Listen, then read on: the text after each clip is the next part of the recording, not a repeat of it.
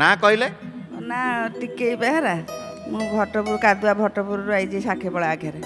କାଦୁଆ ହଁ ଆମର ଯୋଉ ବୀର ରାମଚନ୍ଦ୍ରପୁର। ଆଜ୍ଞା କୁହନ୍ତୁ କ'ଣ ଅନୁଭୂତି ଦୀପଟିଏ କାହିଁ ଧରିଛନ୍ତି କହିଲେ କାହା ପାଖରୁ ନେବେ?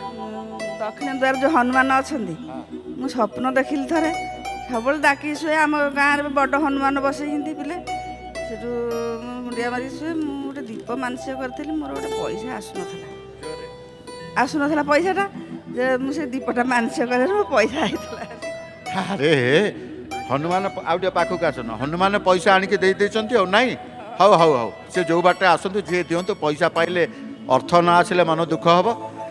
ଅନୁଭୂତିକି ଯିବା ନାଇଁ ଏଥର ଯିବା ଅନୁଭୂତିକି ଯେଉଁ ଅନୁଭୂତିଟି କହିବାକୁ ଆସିଛନ୍ତି କ'ଣ ଅନୁଭୂତିଟି କହିଲେ? ମୁଁ ମାଘ ମାସରେ ଜଗନ୍ନାଥଙ୍କଠି ଯାଇଥିଲି ହାଟ ସକାଶେ ମୋ ହାଟ ଏଠି ଆସିଲାରୁ ମୋର ଭଲ ହେଇଗଲା। ତାପରେ ଜ୍ୱର ହେଲା ଯେଉଁଠୁ ଜ୍ୱରକୁ ଆଉ ଭାତ ଆଉ ଖାଇଲିନି ନ ଖାଇକି ରକ୍ତ ଝାଡ଼ା ହେଲା। ସେଇଠୁ ପରୀକ୍ଷା କଲୁ ପୁଅ ନେଇକି ଗଲା ମେଡ଼ିକାଲ ପରୀକ୍ଷା କଲୁ ରକ୍ତ ପରୀକ୍ଷା କଲାବେଳକୁ ଟାଇଫର ବାହାରିଲା ଯେଉଁଠୁ ମୋତେ ସମସ୍ତେ କହିଲେ ହଇରାଜପୁର ଯାହାରେ 2 ମାସ ହେଲାଣି ଜ୍ୱର ଭଲ ହେଉନି ହଇରାଜପୁର ସୋମନାଥଙ୍କ ପୋଖରୀରେ ଗାଧେଇ ପଇଲେ ପାଦୁକରେ ଭଲ ହେଇଯିବ। ମୁଁ ଗଲି ଗାଧେଇ ପଇଲି କି ବେଶୀ ଟିକେ ଜୋରସେ ଗାଧେଇ ପଇଲି ଥାଇରଏଡ଼ ଧରି ପକେଇଲା ଆଉ ଦେହ ମୁଣ୍ଡ ଫୁଲିଗଲା କଥା କହିପାରିଲିନି ଶୋଇପାରିଲିନି ଚାଲିପାରିଲିନି। ସେଇଠୁ ପୁଅ ସେଇଠୁ ପୁରୀ ଡାକ୍ତରଖାନା ନେଇକି ଆଇଲା ହାରି କାର୍ କରିକି ଆଇଲା ଯେଉଁଠୁ ଯେମିତି ପୁରୀକି ଆଇଛି ମେଡ଼ିକାଲ ଭିତରକୁ ସେ ଦେହ ଆସ୍ତେ ଆସ୍ତେ ମୋର ଭଲ ହେଇଗଲା କାରଣ 12 ମାସରେ ଭଲ ହେଇଗଲା। ମୁଁ ରାତିରେ ଶୋଇନି ସେଦିନ ରାତିରେ ଶୋଇଲି ମେଡ଼ିକାଲ ଭିତରେ ଝିଅ ଯୋଡ଼ାକ ରହିଲେ ସେଇଠୁ ଆରାମସେ ମୋତେ ଭଲ ଲାଗିଲା।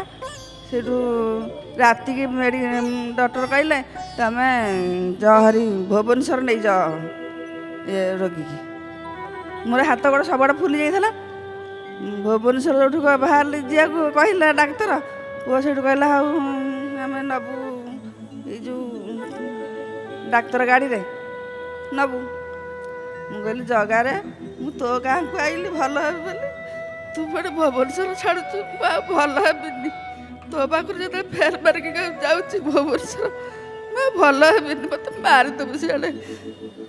ଯାହା କହିଲି ଯେତେବେଳେ ମୋତେ କାହିଁ ବେଶୀ ଭଲ ଲାଗିଲା।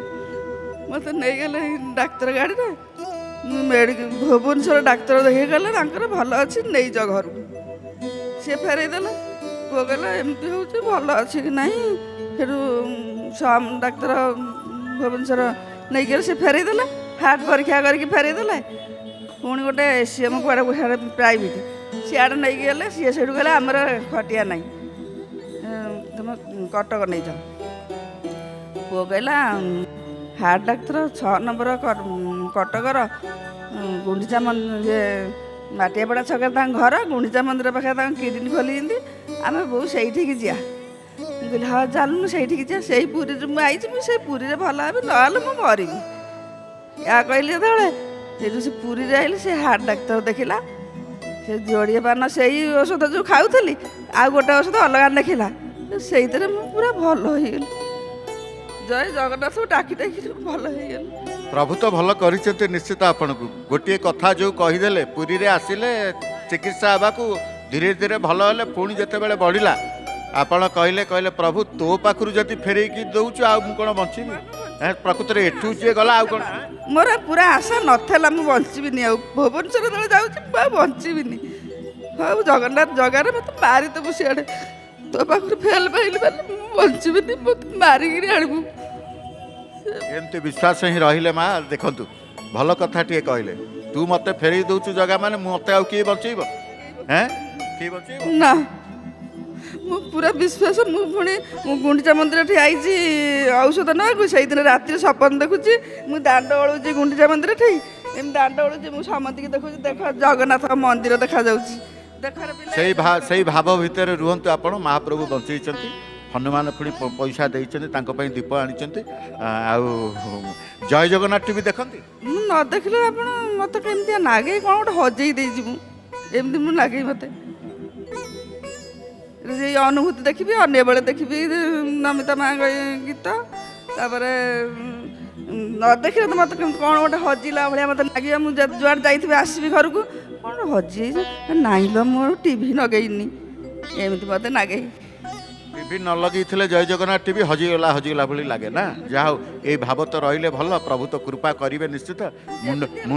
ମୁଣ୍ଡରୁ ଟିକେ ଓଢ଼ଣା ଖସିଗଲେ ସେଥିପ୍ରତି ମଧ୍ୟ ସଚେତନ ରହିବା ଦରକାର। ଆଜ୍ଞା ଆଜ୍ଞା ଆମର ସେ ପରମ୍ପରା ଆମେ ତାକୁ ଭୁଲି ପାରିବୁନୁ।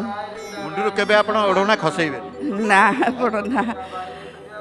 ଆଉ ଏ ପରମ୍ପରା ଭିତରେ ଆପଣ ରୁହନ୍ତୁ। ଧନ୍ୟବାଦ ଦେବି। ଜୟ ଜଗନ୍ନାଥ।